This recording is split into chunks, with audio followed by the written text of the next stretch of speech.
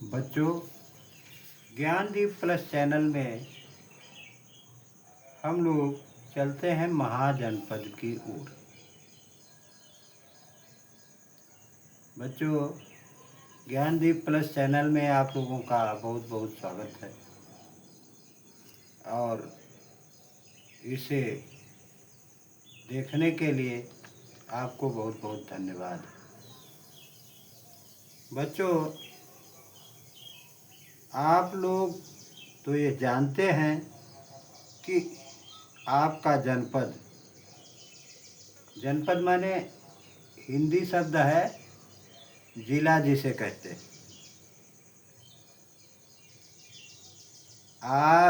जनपद कई तहसीलों को मिलाकर बना है। कई जनपदों से मिलकर अपना प्रदेश बना है। इसी तरह से प्राचीन काल में यानी पहले के समय में छोटे छोटे जनपद मिलकर महाजनपद बन गए। जनपद से जन से जनपद यानी लोगों से, आदमियों से, इंसानों से मिलकर के जनपद बनता है।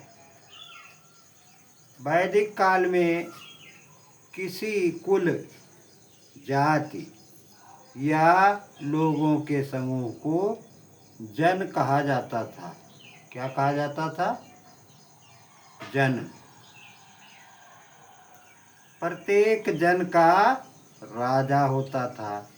लगभग 600 ईसा पूर्व में जन का राजा अब जनपद का राजा माना जाने लगा। यानी प्रत्येक व्यक्तियों का जो राजा था वह जनपद का राजा माना जाने लगा।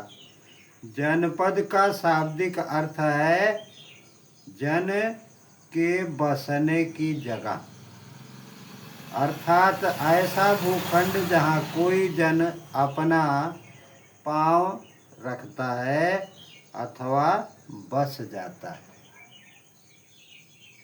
इस तरह से जन से जनपद बन गया। और महाजनपद की बात हम कर रहे हैं। वैदिक कालीन जनपदों ने अपनी अपनी भौगोलिक परिस्थितियों का लाभ उठाकर अपना विकास किया और स्वयं को सुविधा संपन्न बनाया। प्रकृति से प्राप्त संसाधनों जैसे हाथी, लोहा आदि को अपनी सामरिक शक्ति बढ़ाने एवं उपकरण आदि का निर्माण करने का प्रयोग किया। जनपद अपनी शक्ति और सामर्थ्य के आधार पर अधिक महत्वपूर्ण हो गए और महाजनपद के रूप में स्वयं को स्थापित कर लिया। यानी अपना विकास करते हुए जनपद जो थे उन्होंने विकास करते हुए महाजनपद बना लिया, स्वयं को महाजनपद स्थापित किया। बौद्ध पुस्तक अंगुलत्तर निकाय में 16 जनपदों का उल्लेख मिलता है। कितने जनपदों का? 16 जनपदों का उल्लेख मिलता है। इनमें 2 प्रकार के राज्य थे। इन महाजनपदों में 14 में राजतंत्र तथा 2 में गणतंत्र था। अब राजतंत्र हम देखते हैं कि इसमें क्या होता था। राजतंत्र में महाजनपद हमने 14 बताए। 16 जनपदों में 14 जनपद जो हैं वह राजतंत्र थे और 2 गणतंत्र। राजतंत्र में क्या होता था, इनमें राज्य का अध्यक्ष राजा होता था।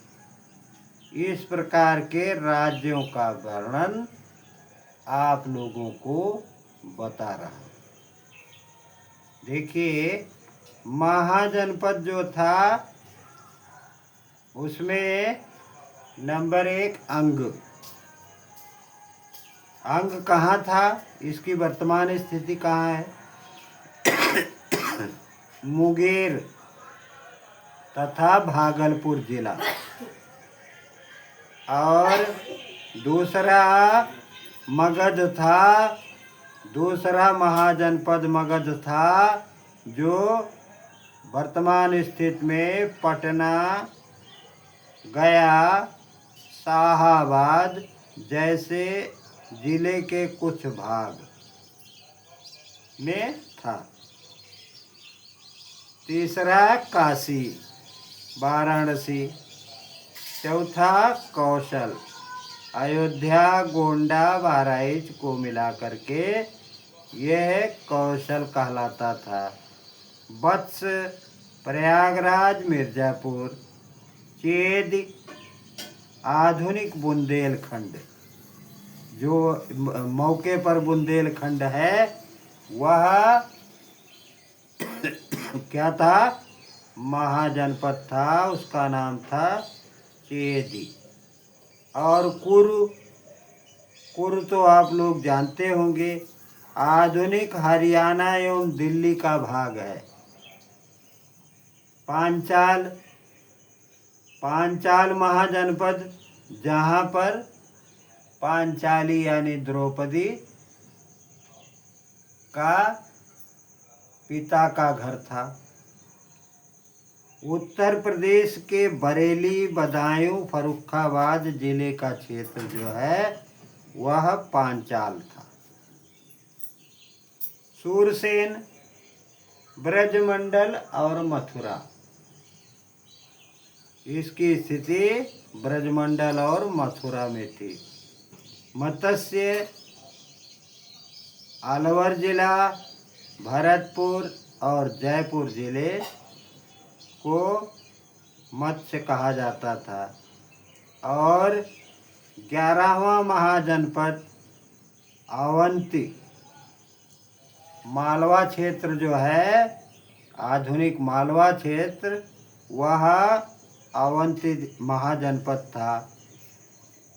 और 12वां जनपद असमक था, जो नर्मदा एवं गोदावरी नदियों के बीच के भाग में था। और इसके बाद 13वां जनपद गांधार था।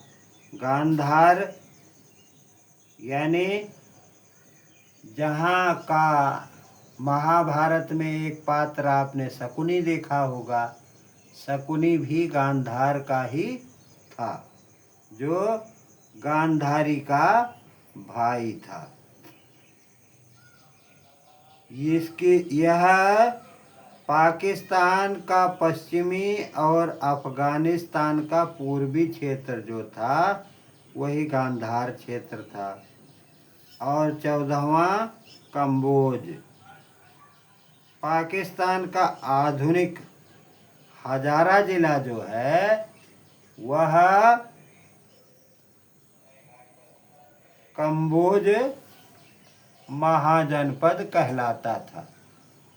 बच्चों, इस चैनल को आप लोग परिश्रम पूर्वक पढ़िए। जितना आप पढ़ेंगे उतना ही आपको यह याद होगा। बच्चों, इस तरह से आप लोग इस चैनल को पढ़ते हुए लाइक, सब्सक्राइब और शेयर कीजिए। धन्यवाद।